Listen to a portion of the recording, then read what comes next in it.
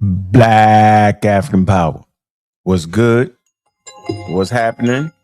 Well organized.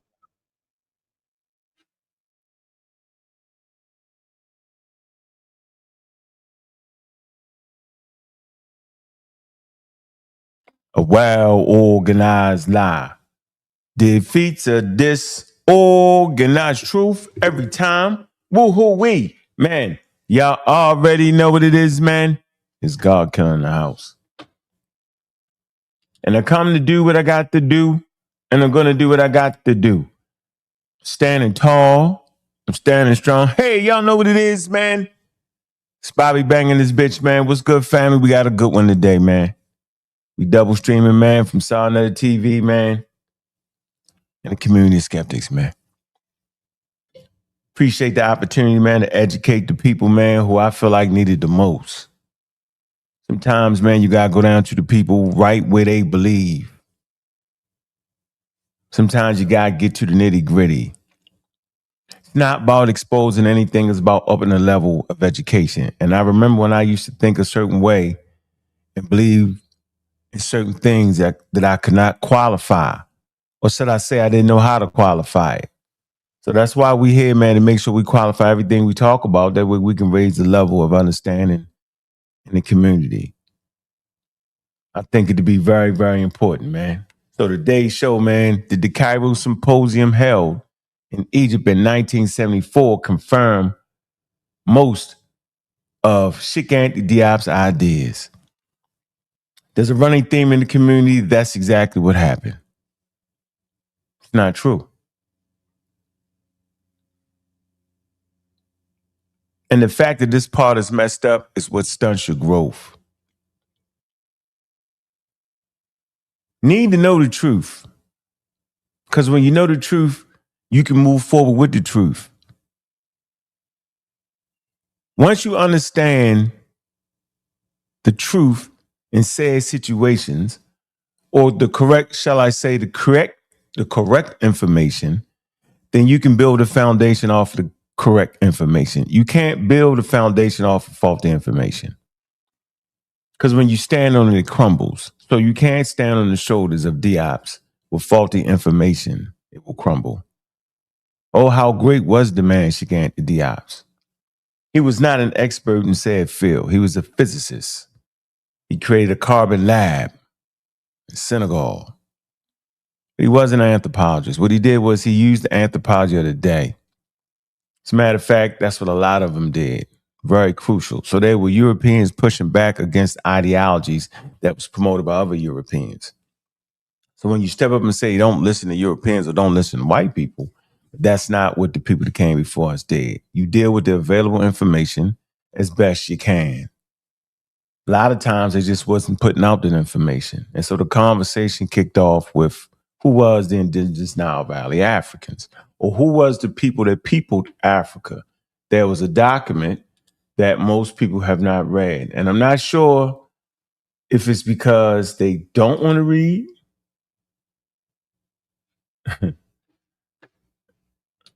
or is it that they just can't read? And y'all know when I'm talking about can't read, I don't actually mean the inability to look at the words. Not what I mean. So here you go. The peopling of ancient Egypt and the decipherment of the Meretic script. This is a very, very important conference here. And it was based off of this, understanding the general history of Africa. Yeah, it's a pioneering corpus covering the history of the entire African continent. And I'm trying to find a part where it actually talks about why they actually felt a need to even, I'm saying that there was an actual need to even bring the conference together. I don't even know they still have that. I used to could find it on this website. Let me see. And here's the volumes. Y'all can go look at it.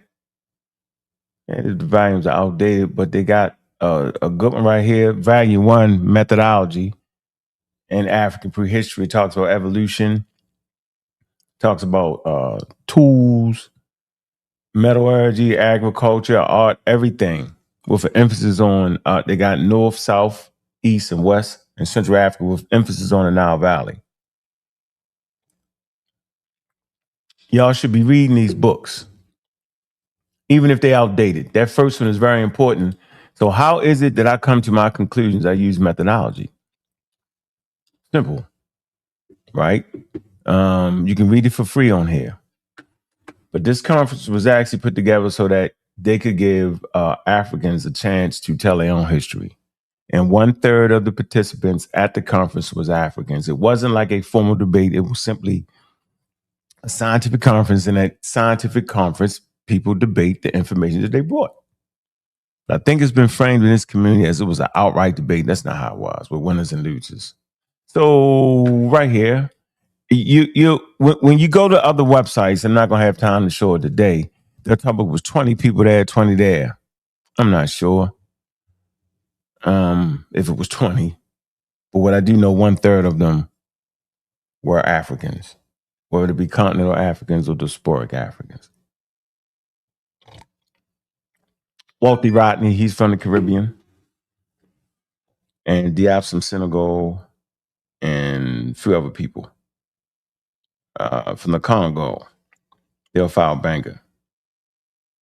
All right, they was the main too, and they did their thing in there, but they just have been basically mumble jumble. So it was really, so these work right here, it represents 6 years collaborating amongst 550 historians and specialists overseeing the international scientific community.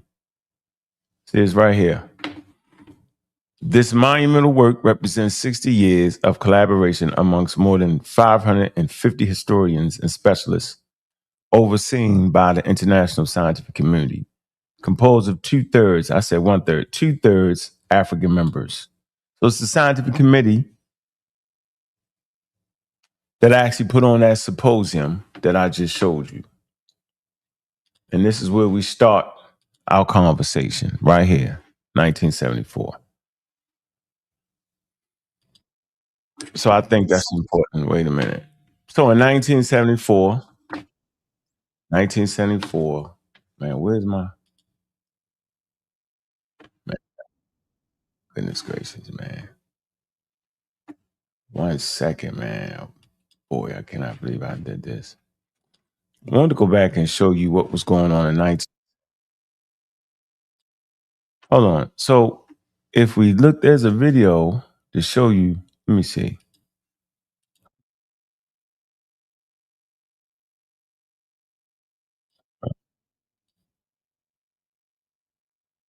Hold on. Let me put this on here.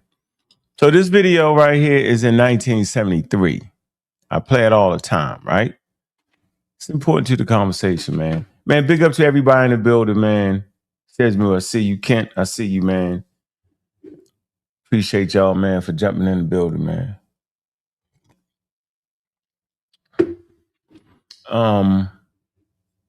Big up to Kent Logan, pseudo killer official, man. Shazmoo is a magi archer. You said the broken arrow. The internet is wild, man. If you can't take jokes, man, then you just in trouble, man. Really. But this is in 1973 right here. And Bonton, what's up, man? This is in 1973, and this is what the great John Henry Clark is saying about race. 1973. Watch this. 1973. Here we go. And play what he said in 1973. Real quick. Here we go. If race is arbitrary, then could we say that being called black was a political term?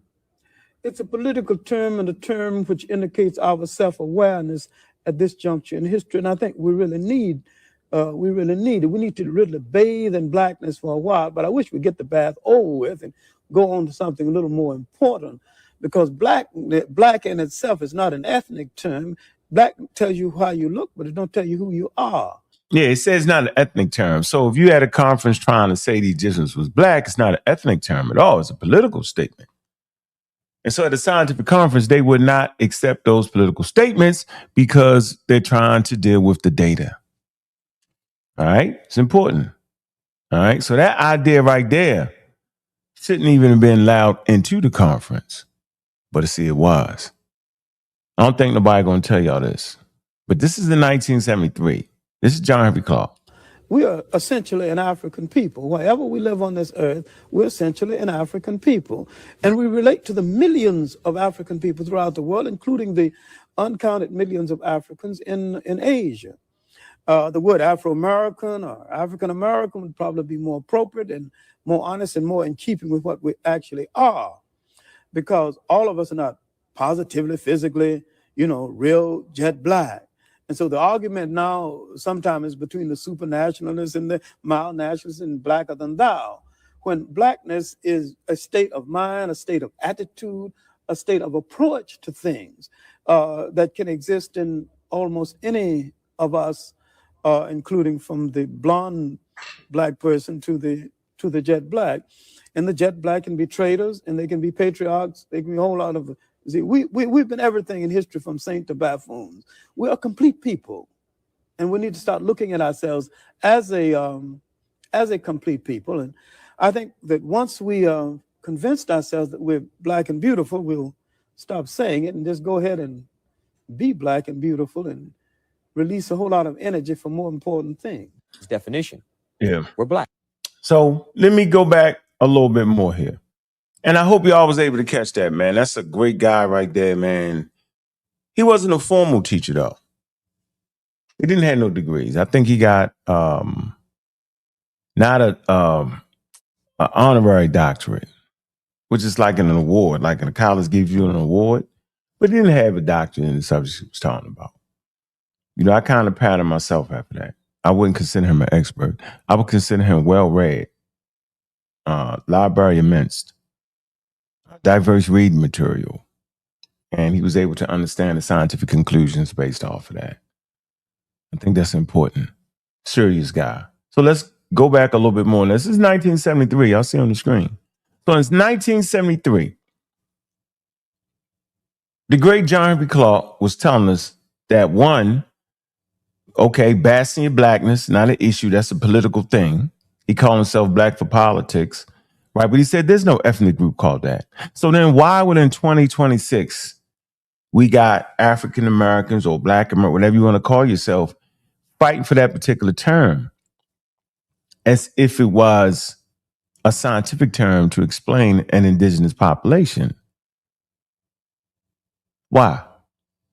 That mean they had not even heard what this man said. Most times people don't hear what he said, mistakenly hear what he didn't say. So let's move forward. They're going to talk about the definition for a minute. Oh, now, not according to White criterion Americans that history has treated as whites, who by his criterion or criteria of who is black and white, according to society's definition, we're black. Oh, now, not according to Rogers' definition now. Understand, and this is the irony of it all, and this is the trap. Black people have never written any definitions of race, any definitions of what a people mean, has been. I mean, they have never said that these people with these kind of traits belong here, because modern racism had its development in the pseudoscientific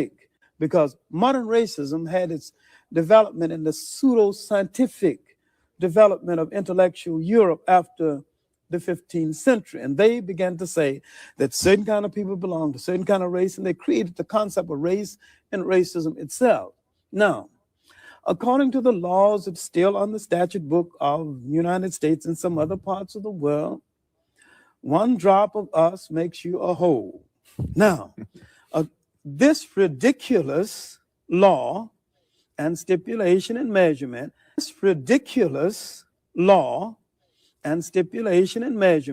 has given black people a lot of white people according to that law. Now, it has given us Beethoven, who was called a dark Moor. Now, he was probably one of the many olive-complected Europeans that you see in the millions throughout Europe. But in the States, in the United States, they say that if you have one drop of blood of a black person, you're a whole black person. Now, by this stupid law, we have a whole lot of white people. There's a whole lot of people that think they're white that belong to us. We might claim all of South America because the Spaniards were mulattoes when they got there, having been mixed with the Moors for nearly 800 years. And they were even before the Moorish conquest. Mediterranean Europe was highly mixed with Africans. Nobody thought anything of it because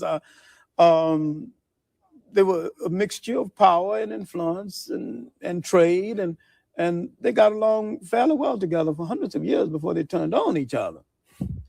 So he makes it very clear right here. And I think it's important for us to get that point.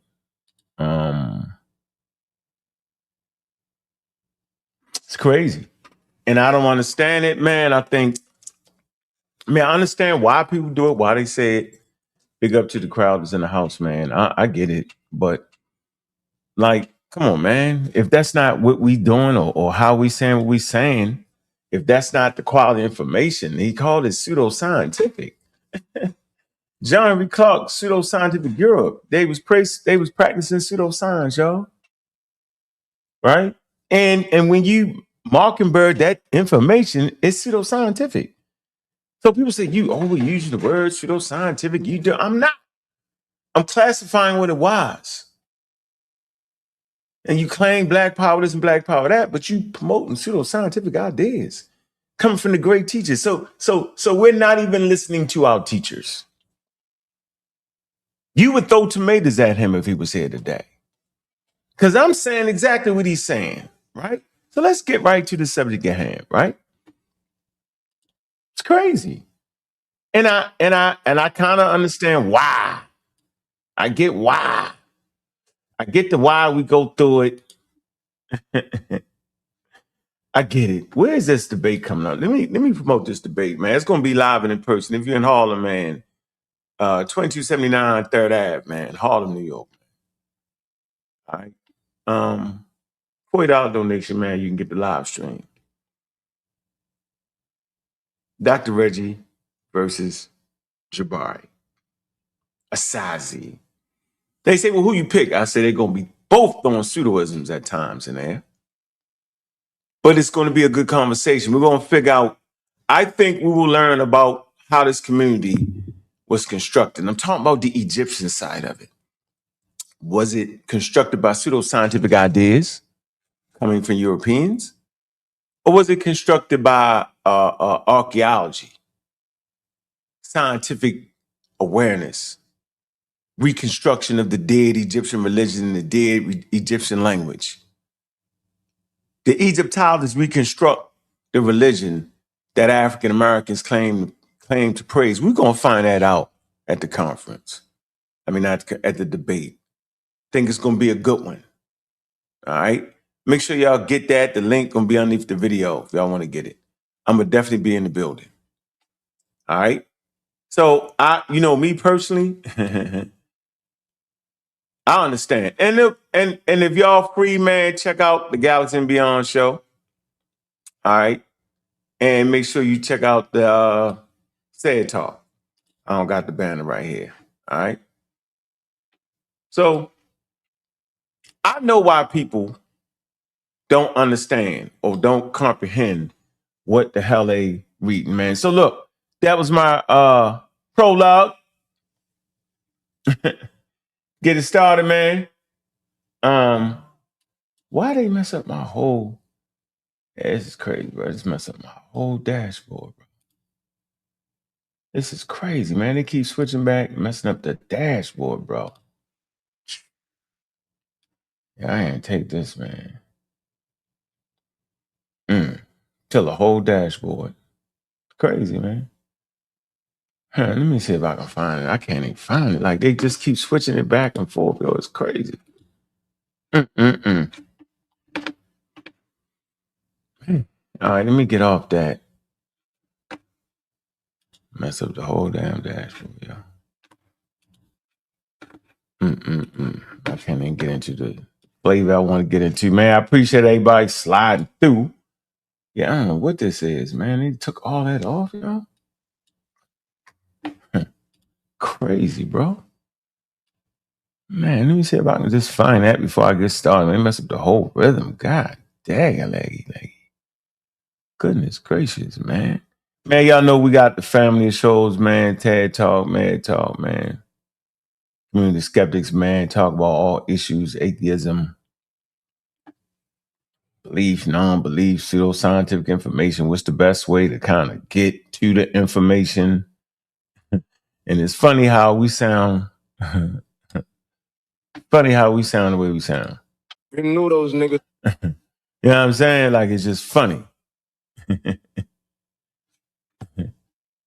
Crazy, bro. Funny. Anyway, man, we want to get ready to get this started, man. Before we get this started, though, I want to do this for y'all, man, real quick, man. So I know why that misinformation keep coming through. Because ain't no comprehension, man. All right? And if it's comprehension, then you reading. Reading is fundamental. But the reason mistakes keep happening is because You knew those niggas couldn't read when they couldn't understand. Would have as did alongside and purely.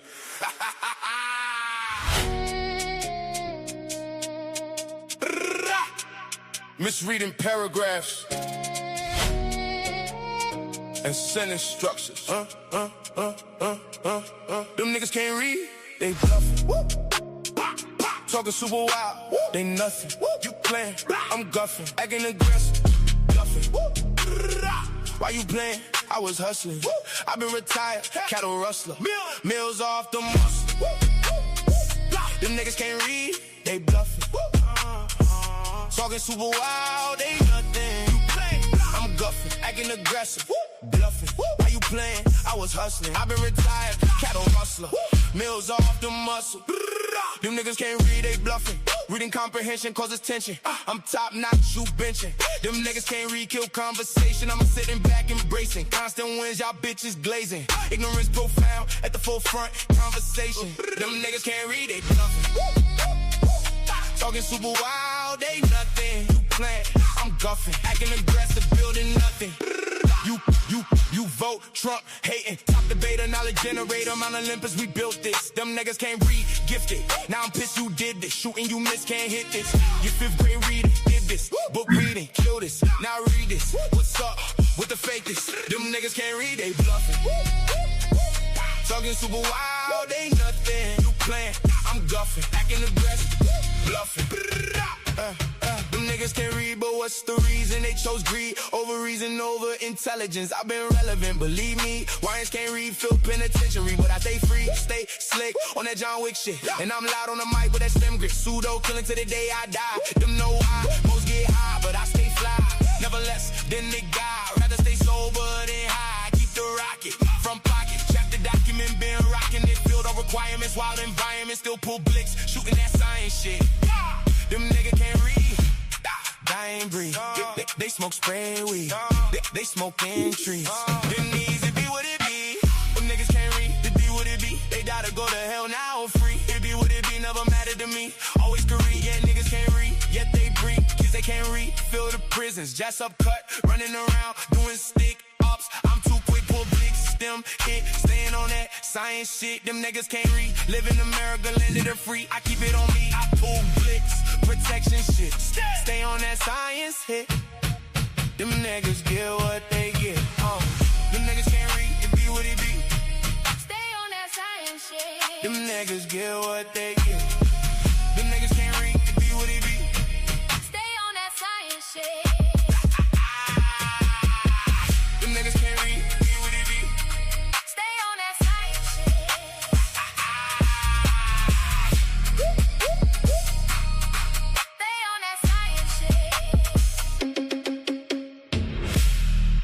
yeah, it be with the B, man. Man, y'all listening to that morning show, man. Just trying to get y'all up in the morning, man. And I figured out why the fights happen, because they just can't read. And when I say they can't read, I'm talking about they're not actually comprehending the words that they're reading. Sentence by sentence, yo, they messing it up. So on the screen, man, we're getting right to it. We talked about the Cairo symposium in 1974. We heard the great John Henry Clark in 1973 guard against using the term black and told you that it came out of the pseudoscientific time period. Well, not time, but it came out of pseudoscientific Europe. He was calling them pseudoscientists. This is during the scientific revolution. Yeah. Interesting, right? So this is the source-based analysis of UNESCO. All right, the community got it all mixed up, and it's because they didn't even read the document. All right. Partial validation, not full confirmation. We're talking about 1974. The Cairo symposium did not confirm all of Cheikh Anta Diop's ideas, while strengthening African-centered points like the necessity of studying Egypt in the African setting and criticizing older racial labels. The strongest version of Diop's thesis regarding a homogeneous black Negro population for ancient Egypt was not accepted. But yet, this is what they're saying in 2026. This was definitely the strongest part of his argument. But the strongest part of his argument, his thesis, was that the black Negro population of ancient Egypt, but it was not accepted. And I wonder why they didn't just say that. Because it was other things that people think they marginalized the other points that I understood to be super strong. Like studying Egypt from its African lenses because Egypt is on the continent of Africa. And Europeans were so pseudoscientific, they made up Iranian race theory. They did all that because, one, they didn't understand Charles Darwin's theory of evolution. And he didn't understand why those people look so different from the people that was in sub-Saharan Africa, right? So they thought them to be invaders. That's fundamentally not true. There's no one way to be African. Scope of the primary source. This belief evaluates 1974 Cairo's proceedings, all right, not later archaeological or genetic research. So at this point, they didn't have archaeology or genetic research. They didn't have, my fault. This is not talking about once we got genetic material. Okay, primary sources, 1978, the peopling of ancient Egypt and the deciphering of the Meretic script. All right, so the proceedings are actually in that document that I showed y'all earlier. Key points of agreement at the Cairo symposium. I was on sa.neter earlier this week, and I talked about the Libyan. See the last figure? That's an indigenous African right there. All right? The Libyan, the Timhoop. See the glyphs. All right? Now, going from right to left. Right here, let's see Nehisi. That's a Nubian. Then we got the Asiatic, the Amu. And then the first one is the Remish. That's their actual name, y'all, the Remish. That name means the people. So there's a variation of human beings right here, and 3 of them are from continental African. The one that you would perceive to be a white boy, right? The one that you would perceive to be a Negro, right? And the one that people are arguing over. First of all, the main thing you should be looking at is the way they dress. The dress is really the distinguishing factor. The color is so that you can distinguish them. Nobody's walking around jet matte black. It's a Neolithic migration has profoundly impacted the Egyptian Nile Valley population dynamics. Population stability largely maintained from proto-dynastic times and onward, influencing cultural consistency.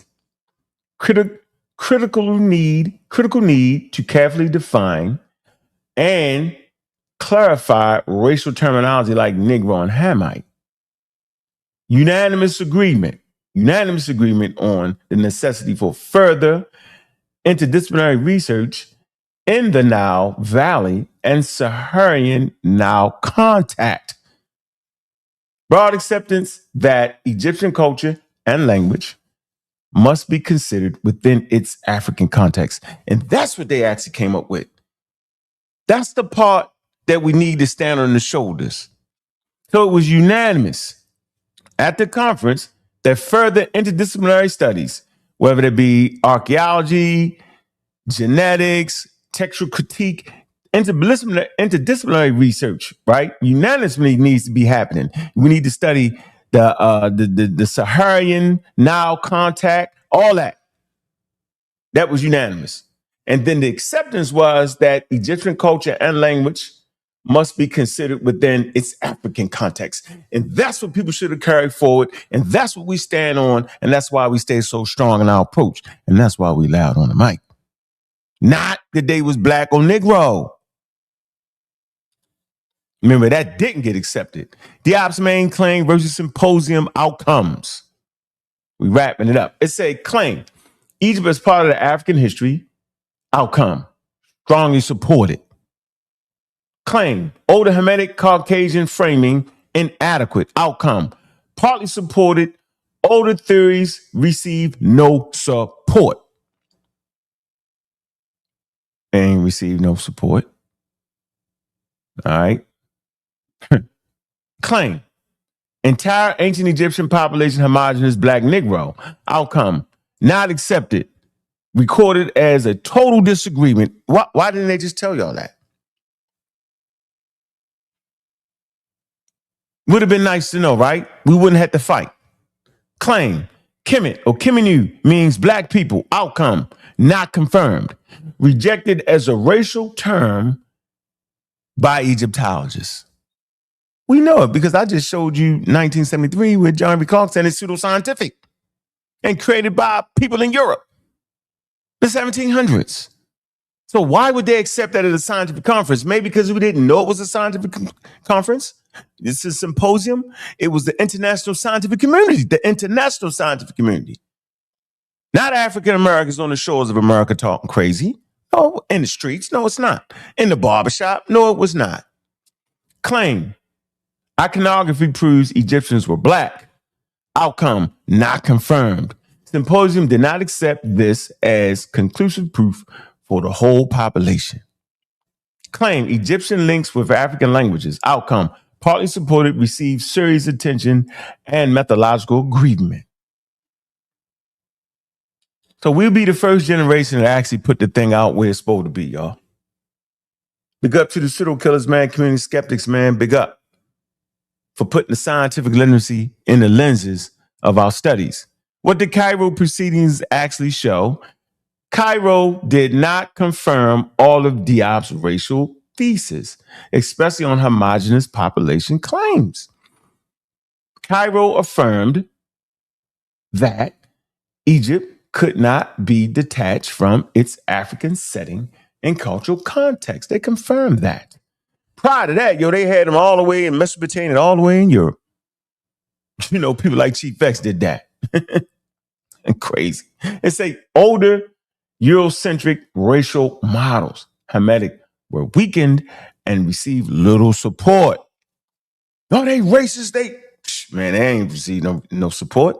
Little or no support. Diop's interpretation of Kemet as a racial term was not accepted by Egyptologists present. They're not accepting that, so then why do we fight over it? Linguistic connection between Egypt and African language received serious exploratory attention. The best one sitting conclusion. The Cairo 1974 partly vindicated Diop's insistence that the ancient Egyptians belong with African history, but it did not confirm the strongest claims about a homogeneous black Negro ancient Egyptian population or his reading of Kemet or Kemenu as black people. What you can safely say in a debate, when we debating this topic back and forth, man, And y'all arguing with a bunch of nuts, man. You can safely say the Cairo Symposium did not confirm Diop's ideas, especially on population homogeneity. The symposium supported the studying Egypt as an African civilization, acknowledging its cultural and linguistic ties. Older Hamitic racial models were seriously challenged and received little support. The symposium left open major research questions, recommending further interdisciplinary studies. And y'all know Diop's actually helped usher in interdisciplinary studies. That's another point we need to bring. Claims to avoid regarding the Cairo Symposium. Avoid saying UNESCO proved all of Diop's claims. This is we hear this loud and clear. Chest stuck out, right? That's what they do. Avoid saying the symposium agreed that the ancient Egyptians were homogenous black race. Avoid saying Kemet definitely meant black people. Somebody gonna hit that button and say all the stuff to say avoid. Sources of the notes. Primary source, 1978, The Peopling of Ancient Egypt and the Decipherment of Hamitic Script. Brief usage page reference from UNESCO. 1978 publication support. There you go. Easy work. Did that in 38 minutes. Shouldn't be no pushback on that. Right? And we can read all the stuff, right? We can see that.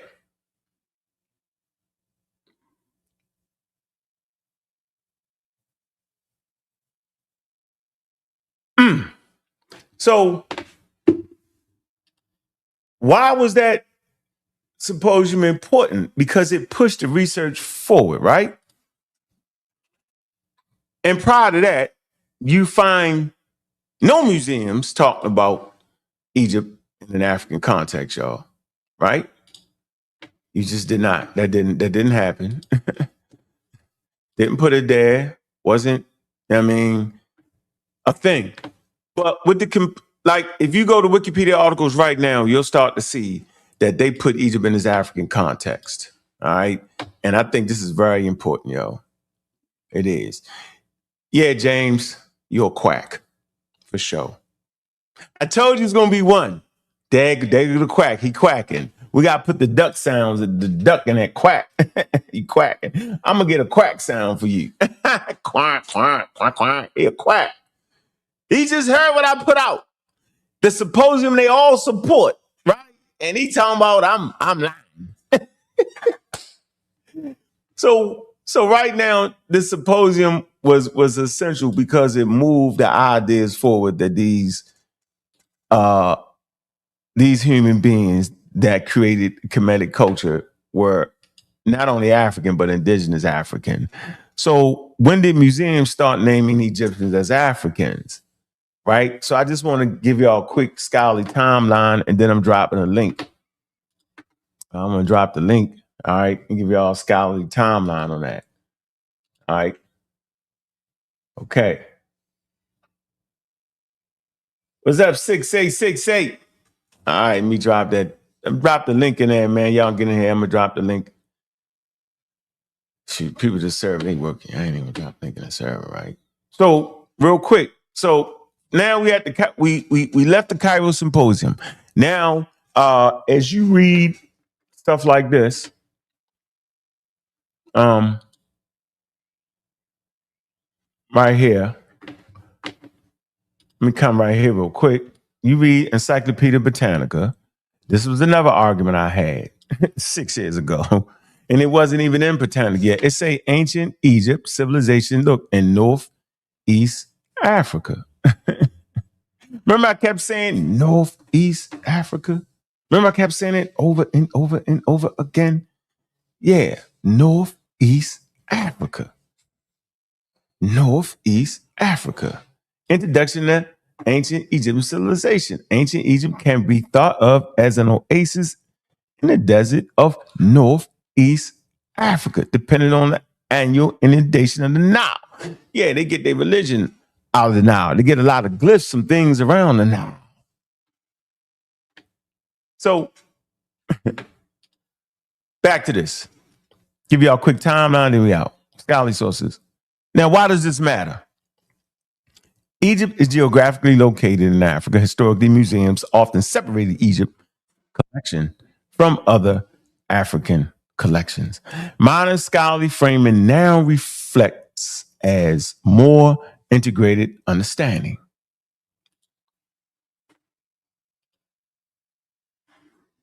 All right. Early museum classification. Pre-2000, institutions like Metropolitan Museum of Art maintained a dedicated department of Egyptian art. These departments were often treated separately from the broader African collection, reflecting a distinct historical classification approach. Shifting classification in museums. Key moments reflecting a change in scholarship. 1968, American Museum of Natural History, Hall of African Peoples included ancient Egypt and significant early integration. 1996, all right. Indianapolis Museum of Art hosted an influential exhibit. Let me see. Egypt and Africa, explicitly linking these cultural spears. 2006, the British Museum renamed its Department of Ancient Egypt and Sudan, acknowledging the broader regional connection. 2020, Brooklyn Museum began actively describing Egypt as Nubia as African civilizations. Brooklyn Museum began actively describing Egypt and Nubia as African civilizations in its exhibits and labels. Remember, we broke that on the show. Brother Reggie went and got the pictures, and we did the whole thing, and they was crying, and the fight broke out. Remember that? We're coming to the end. Geographic versus racial classification. Geographic classification, I answered. It says, there is a population or civilization. Where is the population or civilization located? Ancient Egypt is located in Northeast Africa, making it geographically African. Racial classification, I answer. Into which modern social race categories would a population be placed? Modern racial categories did not exist or apply to ancient Egyptians. We call it an anachronism, remember? I'm closing it out. Museum practice and scholarly context. Museum increasingly classify Egypt as an African civilization due to its geographic location and its participation in the broader North African and Nile Valley histories. This geographic classification does not automatically imply a specific modern racial classification. Scholars like Trigger, Smith, Cater, Shoden, Jr. emphasize that the ancient identities differ significantly from modern racial categories. Summary of the key museum actions. 1968, American Museum of Natural History include ancient Egyptian in its Hall of African Peoples. 1996, Indianapolis Museum of Arts, Egypt in Africa exhibit. 2006, museum renamed its department as Ancient Egypt. And 2020, Brooklyn Museum explicitly labels Egypt and Nubia as African civilizations. Man, thank you for that, man. All right, we got the scholarly sources, man. Let's go to our first caller, man. Appreciate y'all, man, all the way every day. Got Elder Celltown on here. What's up, Suntown? How you doing, brother? What's up? What's up? You all right, baby? Yeah, I'm good, man. How you feeling, man? I'm good, man. I appreciate your teaching and everything like that. Sometimes I get distracted because, when you talk, I go straight to the source. Mic must be mute. I can't hear it. Yeah, I'm trying to mute your mic. Yeah, you got to go out and come back in, Shazmo, it's you. Yeah, Shazmo is dove in there, didn't he? Yeah, he dove in. He ain't mean it. I know. He cool. All right, go ahead. Oh, go ahead. So anyway, like I said, people don't understand how great of a teacher you is. You just a teacher with a damn attitude. That's all I can say. You got facts and then you've been in it for 20 years. So you know what you're talking about, but you still have your own commentary, right? So dig this here. What was my own commentary though? What commentary did I have? I stay whatever the subject matter may be. Now let's not turn everything around. I just said you have your commentary because when you add to your facts and your subject matter, you have a personal commentary. Am I right or wrong? Nope, I don't use personal stuff. Okay, come on, see, that's why I said you're a teacher with an attitude. Now I throw the attitude in there, I throw the flavor. Yeah, I throw the flavor in it. Yeah, that's all I just said. Now you want to get rough, I'm gonna come over there and shine your head. hey, Yeah. But you know, like I said, people got to understand that you are this teacher and you got your way, but you're more right than you are wrong. I would give you that, right? Yeah. You're more, because, and then if you is wrong, you'll take your ass to the consensus and you'll straighten it out and you won't be ashamed to say it. So share my screen real quick because I'm going to do two things and then I'm going to let everybody else get on. Share my screen. All right. Now, were the Nubians black or white? Because you just resorted to Nubians in your explanation through your sources just then, right? Because we know there was also Cushites as well. The Greeks, however, did not call these Nubians or Cushites as we do today. They called them Ethiopians, which in Greek meant burnt face ones. They knew perfectly well the Nubians with black skin, as they Sudanese is the same regions. That's from the PBS episodes and things like that, you know. So I want to listen, and you know, people can smirk and do all they want to do, but the thing is, these are only consensus. I want to just read this last thing. Nubians typically had dark brown skin, curly, turfed hair, high cheekbones, feature often associated with African ancestry. They were known for distinctive personalities, adornments, and clothing, reflecting their rich cultural identity. Despite historical influences and scientific racism, modern scholarships affirm diverse, advanced civilizations. These appearances reflect long spending precincts of Nile Valley shape and geography, trade, and regional interactions. Now, I read all that to do all of that just to say this right here, because the panel listener aren't getting it on, because know that I be coming. A person can study this thing however they want to study it, and they can, if you want to go religious-wise with these studies of Christianity or Egyptian, you know, being Egyptologist, being Egyptian, you can do that, right? But my thing is this right here.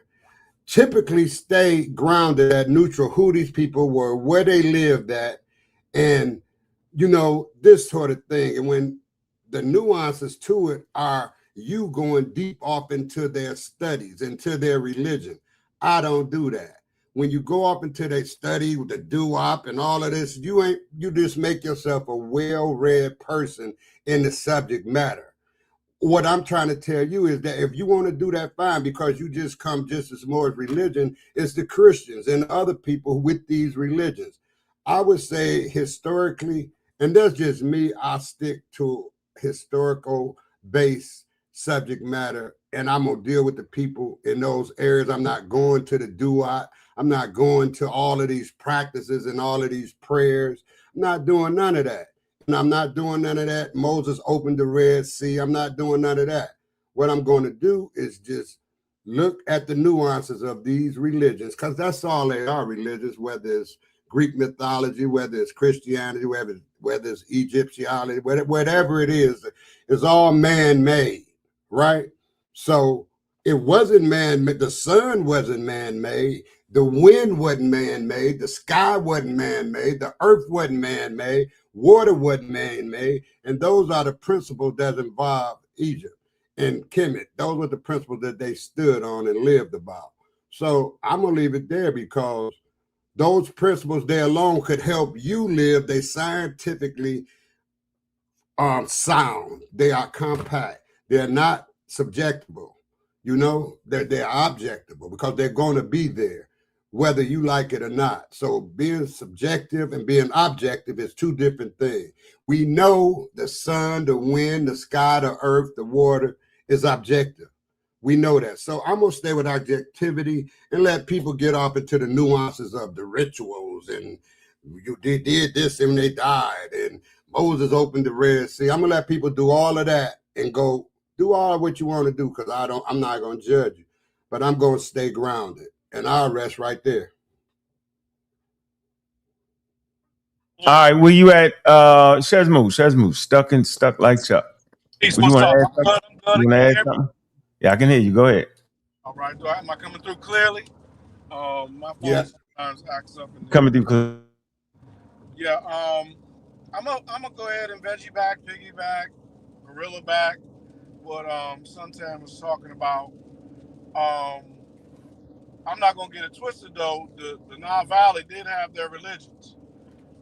Whether it was priests of Amun Ra, whether it was priests of Ra, priests of Amun, priests of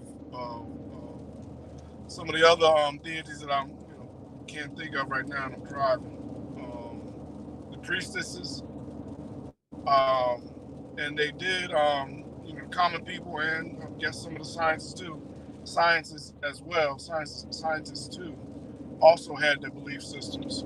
But they believed in science too, especially the educated. It to me is similar to today. You got people that believe in science, and you got people that believe in science and the supernatural or the natural that's beyond. They go a little bit beyond with the wind and the water, and like they can control it, and they can, which we can to a certain, with dams and stuff, we can control. But I don't want to be long with it. But not gonna get it twisted that they weren't a little spooked out as well. But yeah, I'm gonna pin it right there. As far as what Suntan was talking about.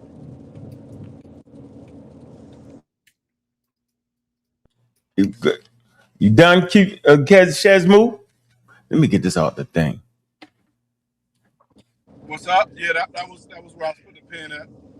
All right, you put the pin in there. Where you at, King J? I'm right here, Peace to the panel. What's going on, family? Did that man just say the ancient just had science? They'd have had a thermonuclear weapon. We all would have been walking around talking money out if they would have had science. Yep. We would have been able to build from where they were at. What? If they had 3,000 years, 5,000 years of science, yo? Uh-huh. Yo, we the scientific revolution in the 1700s. It's been about 400 years, yo. Yeah, and we don't even get the word until 18 something. Yeah, but, they had science, yo. Trust me, the Egyptians, everybody be Egyptians. But yeah, real quick, because it seems that in regards to, we're talking about Diop and Banga in regards to the 74 symposium. It seems as if, because I hear a lot of, because we're in 2026 now, so I hear a lot of the racial, the terminology, Africans and this and that. So is it that what they were doing was using, because the Europeans are trying to say that the Egyptians are this dynastic race, right? Is it that they were using and working with what they had in the paradigm that they were, combating the argument in, as far as using these racial terms? Because it seems like the argument is anachronistic, right? In regards to black and white, like, what I'm saying? That's the whole thing we talk about, was their African science. You know what I'm saying? So, what do you think about, is there any sort of acronism in the argument that Diop presented in itself? Yeah, he was applying stuff that they wouldn't, because he actually said, he shows you his argument because he said they actually called themselves black. So right there is no confusion on what he was trying to point. Exactly. Confusion in it, because he said it. If he'd left that out, it would have been ambiguous. Well, he was trying to use the terms of time, but we had to, come on, Shazmu, don't cut us off. We're not doing that. So it's right there in the conversation. He had other words. He could have called them the Rimish, and he could have simply said they are indigenous African people, but he didn't. He wanted to make a distinction, a clear distinction. He was actually fighting against the pseudos, right? They threw that argument out completely when they said they was Caucasians.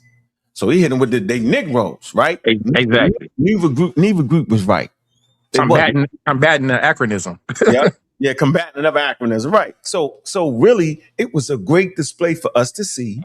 And if we stay on his shoulders, we would push that to the side and we'd say they're the Rimish, right? They're indigenous African tribe.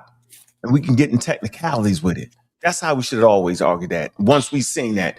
But since it's mischaracterized, then we could never ever get our foot together, and that's why the whole community fell apart on the issue, because it was ignorance and a lack of reading comprehension. I agree with that. Yep, shouldn't have been no arguments right there in front of our face for us to see it, bro. We shouldn't have been an argument, yo. Yep, and you got people like King's Monologue. He's still arguing that right now in this day. King's Monologue.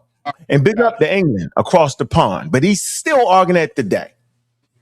Oh wow, that's crazy. No, he's a flaming pseudo. It's amazing, bro. It's amazing.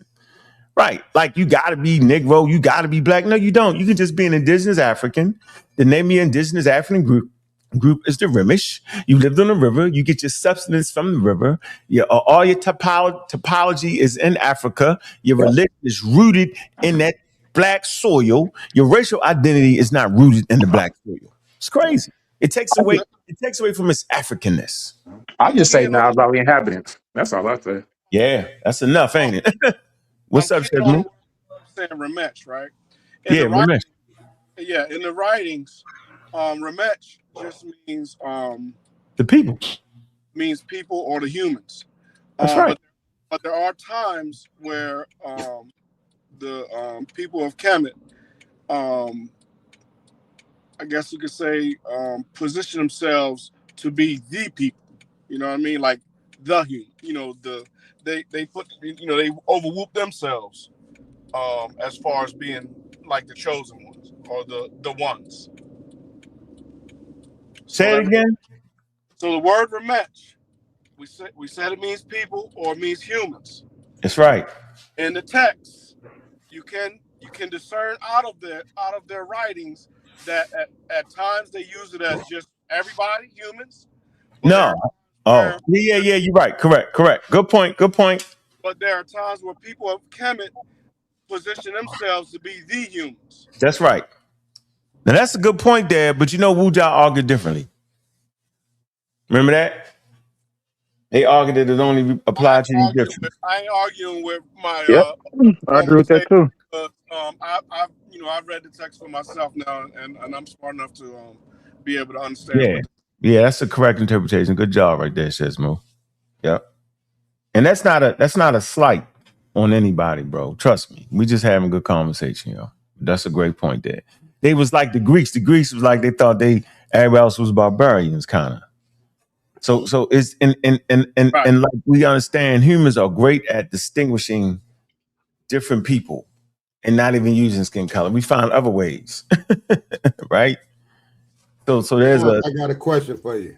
What's going on? Talk to us. What do and this rhetorical kind of, but what are we getting out of the study of Egypt right now today that makes it so prominent and makes it such a argument of discussion?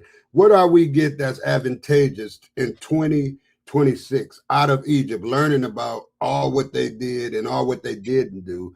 Mm-hmm. What makes it, profitable now? Do you have can't know where you're going if you don't know where you've been? But I thought you just hold on, let me finish. Mm-hmm. I thought you said that wasn't us. Yeah, who said that wasn't us? No, that wasn't us.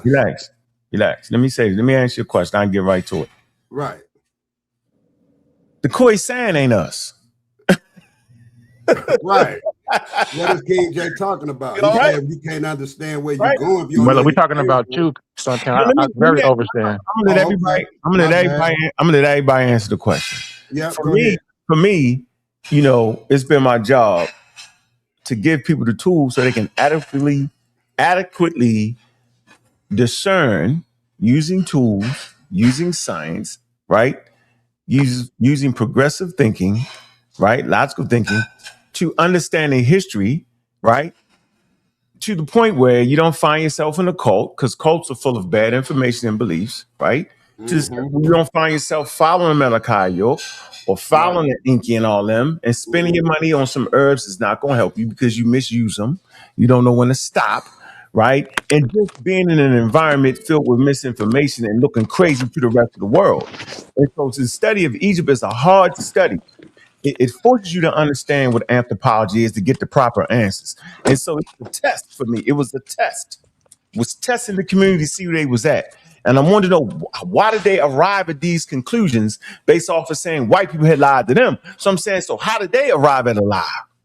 Right? They arrived at the lie because they was not equipped with the tools. And so the whole conversation for the last 5 years, I was giving out the tools, right? And so we see where we at now. You can pick up any Wikipedia article. What is that noise? You can pick up any Wikipedia article. What ain't it? Fight. What is going? What is that? Hold on. What the hell is that? It's crazy. You're in the middle of a wild fight in the alley. Get out the alley, Shazmu. So today, which is wild, go back and watch those tapes for the last 5 years, all the arms, all the fights. Go watch me put up that early Wikipedia article, the Egyptian race controversy. Right? Take a screenshot of it. Listen to me. Then put up the today's 5 year later Wikipedia article. How it has changed, because now they have a summary of them looking at the Cairo symposium, looking at the new evidence, the archaeology, the genes. They got that now, and now they got their conclusion, because that's how long it taken science. Remember that? Man, that's damn near 50 years, yo. It has taken them 50 years from that conference to now finally say it in museums, to now put it in Britannica. You know, Britannica is harder than Wikipedia. Wikipedia is a little more liberal, and Britannica is a little more rigorous. Now they all saying they Northeast Africans. 5 years ago, it wasn't there. When I was saying it, it wasn't there. I had to get that from sa.neter. I had to get that from experts I talked to. I had to get it from using my scientific literacy and looking at a map. And no matter what them people were saying around me, I could say it's on a map. Remember them arguments? I said it's on a map, bro. I said it's not just North Africa. It's Northeast Africa. And there are consequences for it being in Northeast Africa, because there are other African groups around that. And we can see the interplay. I said we study it from its African lens and not its Mediterranean lens. Remember I said because they moved towards the Mediterranean. Now everybody is saying that. Now they moved towards the Mediterranean. They didn't start in the Mediterranean as other people like Cheikh said. They're not a Mediterranean culture. They only become a Mediterranean culture because the culture in the Mediterranean starts out as indigenous African culture and indigenous Western Asian culture, and they come together and form a culture that will later on be called the Mediterranean culture. I was been saying that. Everything I said was not of my own ideas. I simply followed the experts, and I wanted to give an exercise and found an expert. So that's why I'm reopening the shows again, to show you that everything they said, you can't find it nowhere but in their head or in their particular work. Everything. So I'm just taking a victory lap for real. Ain't nobody gonna say nothing. It's gonna stay quiet. Ain't nobody gonna jump up no more, because I'm just right. I got Wikipedia. Read the history of ancient Egypt article. Read that now. Read the Egyptian race controversy article. It gives you the whole breakdown of the Cairo symposium now. It wasn't on there 5 years ago, ladies and gentlemen. They wrote a whole nother book. UNESCO, they got a whole book now, right, with all that in it. Brand new, up-to-date version. So yeah, bro, I'm just, the reason why this is important, because it helps expand our palate.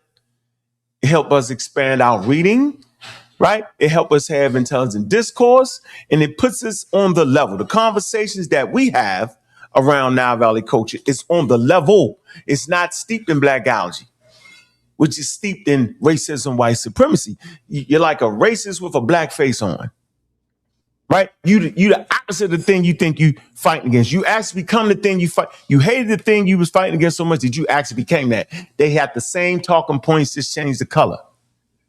And I broke away from that. I used the data break you out of that, right? It break you away from that, and it give you a coherent idea on what we was actually talking about. That's my answer. It was very long. I did that on purpose, right, to get out my points. Would anybody like that? That was good. I want to follow up and say this. You have to go back millions of years to get ethnicities. That means different, because when you says that all Africans are all indigenous black people, they're not black. I mean, all indigenous people of all color and all ethnicity. I'm saying, I'm being tongue-tied. Different people. When you say that, then you have to go back some more thousands of years to form these different ethnicities. You have to go back deep to form that. So I could agree that if they came into Egypt with all of these different ethnicities, then what you saying could make a lot of sense. You couldn't just say, if they came in Chinese, Dutch, they came in with all these different backgrounds, Chinese, black, Arab, and all of these. If all of these was formed before Egypt, then you got a point. Would you, when you say that? If the what? If all these ethnicities, I'm saying it wrong, I'm tongue-tied. If all these different sort of people were formed before Egypt and before Kush and all of these things, all these different China, all of these different ethnicities was developed, then you could say because it all developed on the continent of Africa. All these different sort of phenotypes and people. There was no ethnicities back then. See, but you missing what I'm saying. See, that's going over your head, man. No, I want you to use the right word. Listen, brother, you giving it a use the right word, Santan. You giving it a European connotation, man. We speaking English. Is that European? You giving it English words. We speaking English. I'm gonna put it. Hey, just quit cutting me off, man. I'm gonna put it like this: if it was all different sort of people back then, we're gonna let King J have what he said. If it was all different sort of people back there, I can agree with what you're saying, because it was Arabs, it was blacks, I'm talking about people look like us. It was all of us different kind of people without an identity. Is that what you're saying? Back in antiquity? No, they had identity. Right, that ain't what I'm saying. They had identity, they just didn't identify by race. That's all I'm saying. But race comes, when it comes to race, then a color comes into it with race. That's the nuances of race. I'm saying, when do we get the first ethnicity? Do you know? When is the first ethnicity come into play? When is this? Do you know? No, I don't. You tell me. Okay, that's why you said millions of years ago, because that kind of let me know. I would probably say around when we start getting tribal identities, right? Regional identities, and as they began to grow. So probably around 3rd millennium BCE, probably when we finally get first dynasty, Kemet, around those times. So I would, earlier than that, and even then I wouldn't say there were ethnicities. I would just say that people were identified by, like, we see the Mark II, we see the Emerald. They started giving people, regional cultural names and things. I don't know, but I don't think that these are ethnicities. I don't think that we get ethnicities until modern time. Right. So, King J. So my point is this: how would they identify themselves? Listen, man, this is not no gotcha moment. I'm trying. All right, we're gonna move. I'm trying to understand something. So you saying Arabs? With that name that we got to listen, man. Arab really just means a nomad. Keep diving in and not let me explain myself, man. All right, go ahead. Now, if you saying Arabs, I'm gonna use the concept that we got today. Arabs, black people, Chinese people, Dutch, German, all of these people, they have no identity. They just got different sort of phenotypes. The Eurasians got slanted eyes. The Arabs got the big long nose. The blacks got the high cheekbone. So you saying, where did all of these people develop and how did it split off like that, King? It wasn't in no 14th century BCE. They had to be there. But what you're describing as genetic mutations isn't ethnicity. Absolutely. Right, that's not an ethnicity. Yeah, that's not an ethnicity. I know it's not, but it became ethnicity after they changed. No, you're saying that? No, okay, let's do this. So human beings create categories, right, on the continent. Before they go anywhere, they create their own clan and tribe, different tribal markings, different hunting practices, and thing when they leave Africa. The racial construct is later on, but they create their own groups. Now, as they move in different environments and different food sources, right? You'll see biological changes happen. Small mutations will occur, right? And later on, we'll call these people this or that. That's what's actually happening. Can I ask this? Yeah, and I want to move forward to this next study. Go ahead. I want to go to the inner ear of Nazareth. That's upper Paleolithic Egypt. Go ahead. So let me ask this. So do we I won't say believe. Is everybody in agreement that animals, even in the same species or phylum, like let's say chimpanzees or gorillas, any primate, or even dogs, but especially since we're in the primate family, let's look at the chimp. Do you think that do they look in the mirror, and do you think that they can see themselves and understand that they are something? Yep. And also, Yep. you think that they can distinguish between different or family members, different Yep. gorilla groups, chimpanzee Mhm. groups? So let me answer this question real quick because I'm familiar with this. So you have to go to the Let 1970 Mark me test. Look up the Mark test. let It's called the MSR test, right? and So it's a literal test where the monkeys are introduced Eddie, first to America. let me land this plane real quick. Okay. So then What's your point? What you and trying to not, make? and not just through smell. I mean, just they can probably tell differences, like what you look like. You got this mark, this white hair, this the way your brow is, the shape of your face, your nose, this and that. So they could just if they can distinguish between their members of their phylum or family or species, and we are consider ourselves a even more evolved uh, part of the human family. No Do you? such thing as more evolved, but go ahead. Yeah, Uh, that's bad. That's bad I language. mean, well, when it Yeah, comes that's crazy. That's when it comes pseudoscience. There's no more evolved anything. well, No, do you no, trust me. Come on, think that Shaspo. that the cell evolved That's subjective, from an brother. amoeba You're basically just talking to about self-awareness. multi? Well, anyway, I'm not going to argue with the more evolved, but Yeah, we can because still. Ask the question. that's pseudoscience, yo. You can't say that. Well, when it comes to tool Okay, making, are we more evolved than ants? Watch this. I'm not talking about a different. Now, I'm asking a question. We're not ants though. That's not We're the point. we're primates. It's not the point. Are we more evolved than them, though? Regardless, We're you talking primates. about Phil? That's I don't know how ants have evolved. Well, Okay, all right, okay. So, all right. So then, if you don't agree that we more evolved than the ants, then how the hell can you agree that we more evolved than another primate? How are you making that well, distinction? I Crazy. guess it comes to tool making. Ant, huh? I guess it comes to tool making, language. So, Ants use tools do they And use? ants have a language. I'm not talking about. and they communicate. I'm not talking about insects. Okay, I know what you're talking about. I'm just trying to show you how your framing of being more doesn't make sense. They've been around for 100 million So, years. is there when things evolve? Does that mean more? What does that mean? Don't mean better. Don't mean nothing. It mean they just work in their environment a little bit, a Okay, little bit. That's all it means. It don't mean none of that. It was racism that said that white people was more evolved because they come around later, so they thought. Remember? I'm We not more talking. evolved. Not talking about. No such thing as a more advantageous gene. Yeah, yeah. You're doing too much, bro. Trust me. But keep going. I don't want to sideline Nah, you sideline me. I'm good. you. Got me, bro. You threw me off. The idea was, I can't argue with. I can't do it. I can't. oh man. So your I was idea trying was to argue basically about it. wow.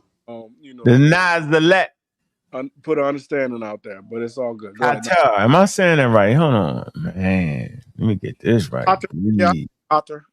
Naslet Qatar. Cotter. Nazlet Kater. Nazalet Qatar is a site in Upper Egypt that has yielded evidence of human culture and anatomically modern species dating approximately 30 to 50,000 years ago. Now, at the Cairo symposium, Diops, he didn't talk about this particular find, but he said he was humans on the Nile. They was like, yo, how could you say that? Well, here's the confirmation of it. If y'all read the Cairo Symposium, although he did not mention the site, he talked about Africans being on that Nile. So we got that. And what they did was a reconstruction of those Africans on the Nile. And this is what the reconstruction looked like. Right here. Right here. That's the reconstruction. Right there. On the Nile. Upper Paleolithic. Learn what the Upper Paleolithic is. So if you're talking 50,000 years ago, right? They say somewhere between 30, 38,000, 50,000 years ago. What you will quickly realize is they got to go back into the Green Sahara maybe 100 more times before they get to the Holocene period. The Holocene period is around 11,000 BCE. Pharaonic time is not till 3,300 BCE. So they got to go back and forth inside the Nile, migrate back and forth. There's going to be a lot of things that happen. There's going to be out of Africa movement, the populations back in. So people don't understand why a person would look like this 58,000 years ago, 38,000 years ago, and then look the way they look in the same spot today. And I suggest y'all do a study and you will get it. You will understand. All right. But this is a pretty good reconstruction right here. All right. So pretty good. All right. But populations change over time.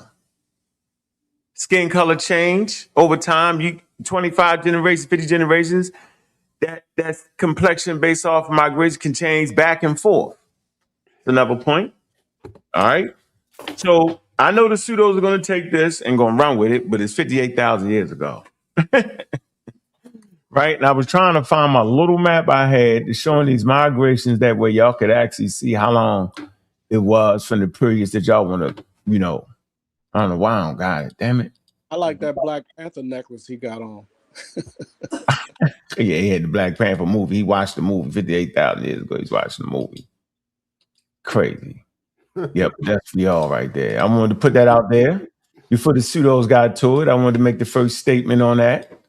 Right then, that that they still 50 damn near 40,000 years away from quote unquote pharaonic Egypt.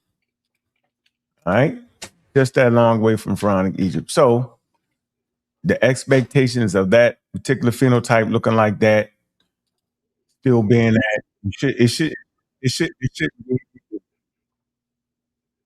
shouldn't be in your head. But question.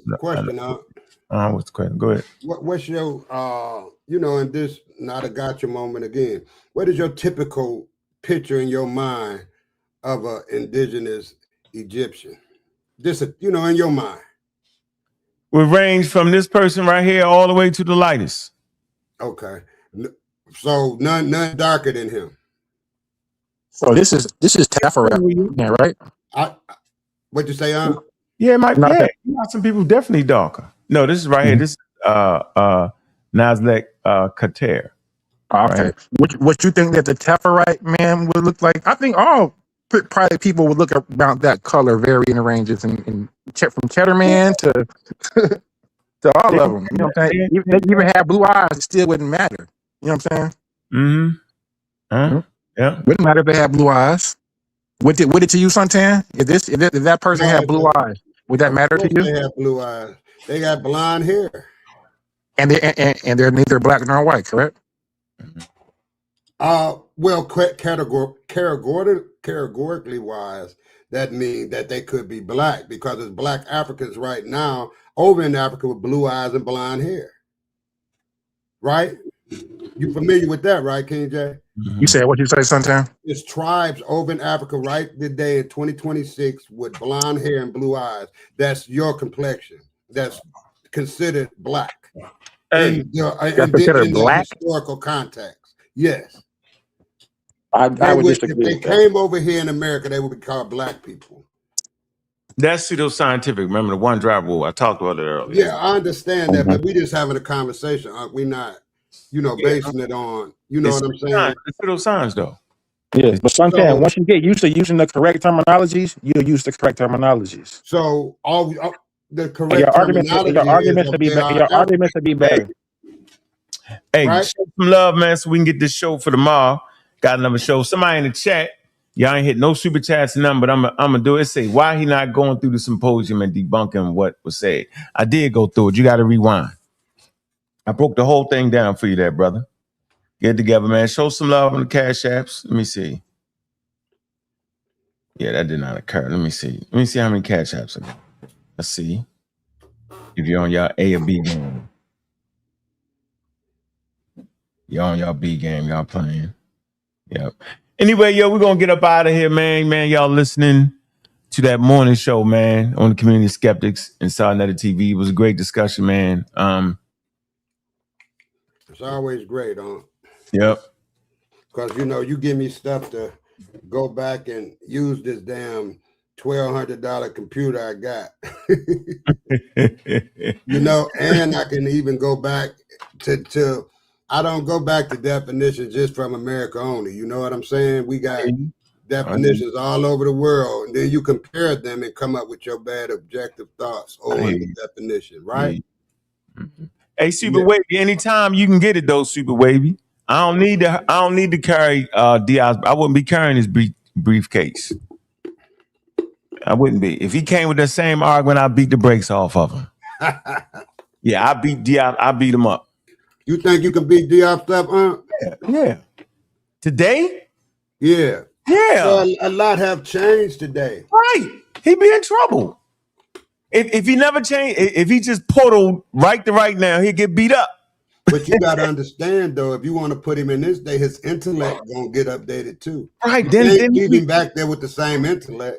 Okay. Then if you update his intellect, he'd be helping me say what I'm saying. Okay. Think about it. He would go with the scientific. He would say, man, my work has pushed the field forward.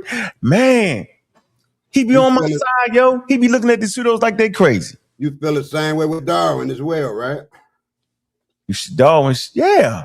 I wouldn't beat up Darwin. Darwin was already on that. He was on it. Yeah, he would. Yeah, he was on it. You saying Darwin was more on it than Diop? Yeah. And they subject matter? Yeah. Because remember, Diop wasn't an expert at what he was talking about. He's a physicist. Mm-hmm. Yeah, he wasn't an anthropologist. He wasn't an Egyptologist. Yeah, he wasn't even in his field. Right. He did a damn good job. He changed it. Nigga changed it. He definitely changed the way we look at the Egyptians. He did that. I read what he did. It was spectacular. Yeah, and I'm saying today with the upgrade package, yo, he be saying what I'm saying, yo. What you called it, the upgrade package? Yeah, he had the upgrade. He be on their head, yo. He wouldn't even mess with you.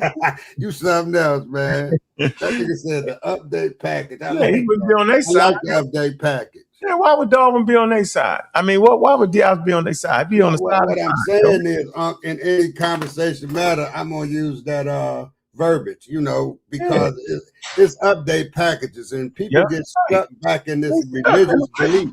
Right. Huh? Right. And John B. Clark wasn't even in 1974.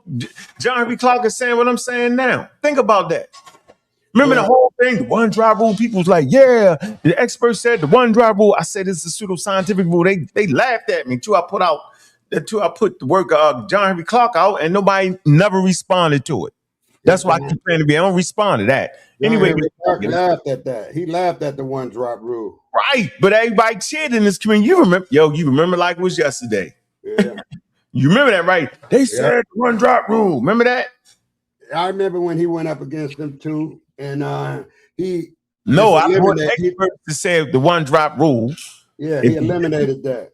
He eliminated that, but they tripping. Anyway, man, we gotta get out of here, man. Show some love, man. I told you our problem be because they can't read. Niggas couldn't read when they couldn't understand. Would have as did alongside and purely. We'll definitely be back this evening, man. Be looking forward, yo. Misreading on the Community Skeptics. No sa.neter, man. Big up to Dr. Oya, my yacht. Them niggas can't read. They all right, peace, huh? All right, man. Peace, man. They nothing. You playing? I'm guffing. Acting aggressive. Bluffing. Why you playing? I was hustling. I've been retired. Cattle rustler. Meals off the muscle. Them niggas can't read. They bluffing. Talking super wild. They nothing. I'm guffing. Acting aggressive. Bluffing. Why you playing? I was hustling. I've been retired. Cattle rustler. Meals off the muscle. Them niggas can't read, they bluffing. Reading comprehension causes tension. Hey man, make sure y'all hit that link to get that debate, man. It's important, man. Dr. Reggie and Jabbar is going to be a good one, man. are the netter literal, man. 2279 3rd Ave, Harlem. Gonna be live. You can also catch it on the Zoom, man. Tickets $40, man. Let's do it. Make sure y'all support that, man. Show that love, man. It's important, yo. All right. It's gonna be an important debate. It's gonna be a time that's gonna be marked in history. We'll look back and say, I remember them two got together. We're gonna figure out what this community really made of, yo. Big up to sa.neter, man. Appreciate him allowing us to have his channel over here on his network. You know how we do. Intelligence, I've been relevant, believe me. Wires can't read, feel penitentiary, but I stay free, stay slick on that John Wick shit. And I'm loud on the mic with that stem grip. Pseudo killing to the day I die. Them know I most get high, but I stay fly. Never less than the guy. Rather stay sober than high. Keep the rocket from pocket. Check the document, been rocking it. Filled all requirements, wild environment. Still pull blicks, shooting that science shit. Them niggas can't read. I ain't breathe. They smoke spray weed. They smoking trees. Didn't easy be what it be. When niggas can't read, it be what it be. They die to go to hell now free. It be what it be, never mattered to me. Always could read, yet niggas can't read. Yet they breathe, kids they can't read. Fill the prisons, jazz up cut, running around, doing stick ups. I'm too quick, pull blicks, stem hit, staying on that science shit. Them niggas can't read. Live in America, land of the free. I keep it on me, I pull blicks. Protection shit, stay on that science hit. Them niggas get what they get. Them niggas can't read, it be what it be. Stay on that science shit. Them niggas get what they get. Them niggas can't read, it be what it be. Stay on that science shit. Them niggas can't read, it be what it be. Stay on that science shit.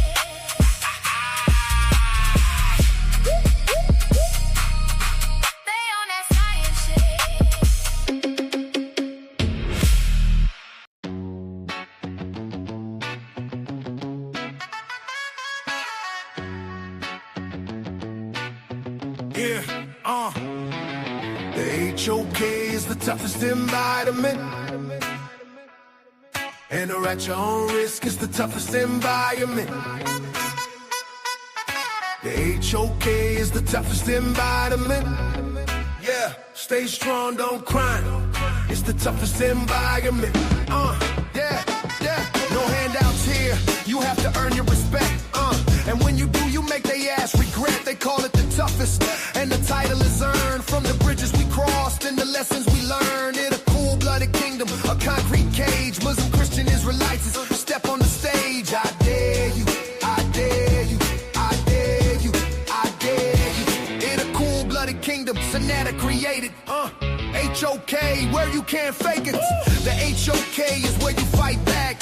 No room for error, no window attack. It's a masterclass, how you handle the heat. Where the pedigree is written on the concrete streets. Toughest environment, yeah, we know the score. Locked in on debate and asking for more. The HOK is the toughest environment. Enter at your own